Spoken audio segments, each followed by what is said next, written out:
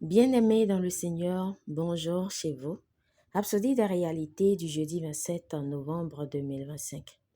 Pasteur Christ partage avec nous sur le thème Satan est complètement vaincu. Alléluia. Notre verset d'ouverture, Ézéchiel 28, verset 14. Tu étais un chérubin oint, aux ailes déployées. Je t'avais placé et tu étais sur la sainte montagne de Dieu. Tu montais et descendais au milieu des pierres intesselantes, gloire à Dieu. Si quelqu'un devait demander pourquoi Dieu n'a-t-il pas détruit Satan dès le début, la réponse réside dans une vérité profonde. Satan était oint. La version King James l'appelle le chérubin oint. Et une partie de ce que fait l'onction, c'est qu'elle protège. Dieu a donné à Satan une onction qui ne pouvait être détruite ou annulée arbitrairement. Dieu ne se combat pas.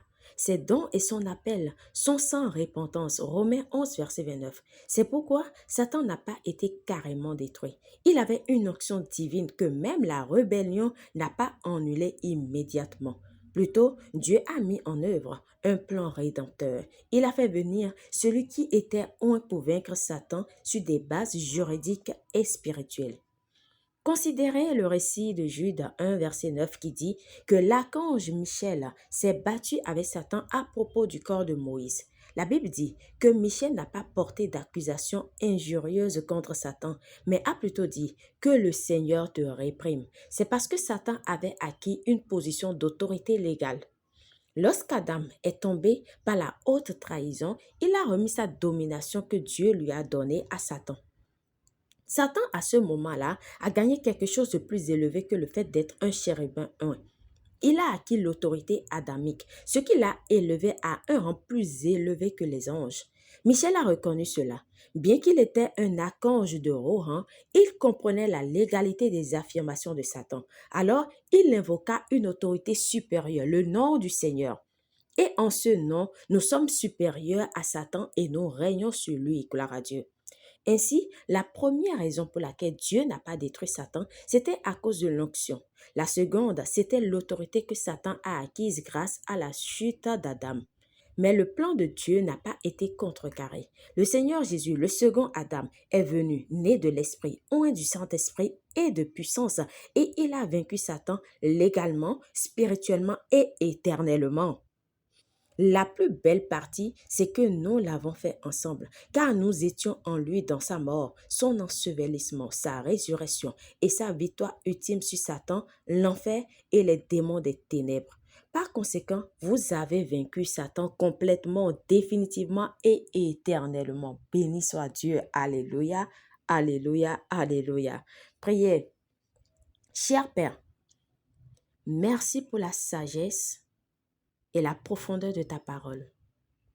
Je reconnais ta justice, ta puissance et ton engagement immuable envers la justice.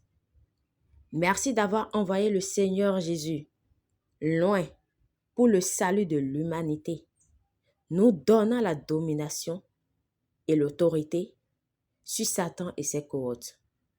Je marche dans cette victoire aujourd'hui au nom de Jésus. Amen. Pour une étude approfondie, nous lisons Romains 5, verset 17, Jude 1, verset 9, Colossiens 2, verset 15, Marc 16, verset 17. À présent, nous aimerions vous donner l'opportunité de faire partie de ceci. L'opportunité de profiter de ce que le Seigneur Jésus a déjà fait sur la croix. Parce qu'il est venu pour le monde entier. Ce n'est pas pour un certain type de personne, mais pour le monde entier. Alors prenez votre part ce matin. C'est seulement de croire dans votre cœur et de confesser la Seigneurie de Jésus-Christ de votre bouche. Vous devez confesser que Jésus-Christ est votre Seigneur à partir d'aujourd'hui. Si vous croyez déjà, c'est le moment de faire la confession. Alors dites, ô Seigneur Dieu, je crois de tout mon cœur en Jésus-Christ, Fils du Dieu vivant. Je crois qu'il est mort pour moi et Dieu l'a ressuscité des morts. Je crois qu'il est vivant aujourd'hui. Je confesse de ma bouche que Jésus-Christ est le Seigneur de ma vie à partir d'aujourd'hui. Par lui et en son nom, j'ai la vie éternelle. Je suis né de nouveau. Merci Seigneur d'avoir sauvé mon âme. Je suis désormais un enfant de Dieu. Alléluia.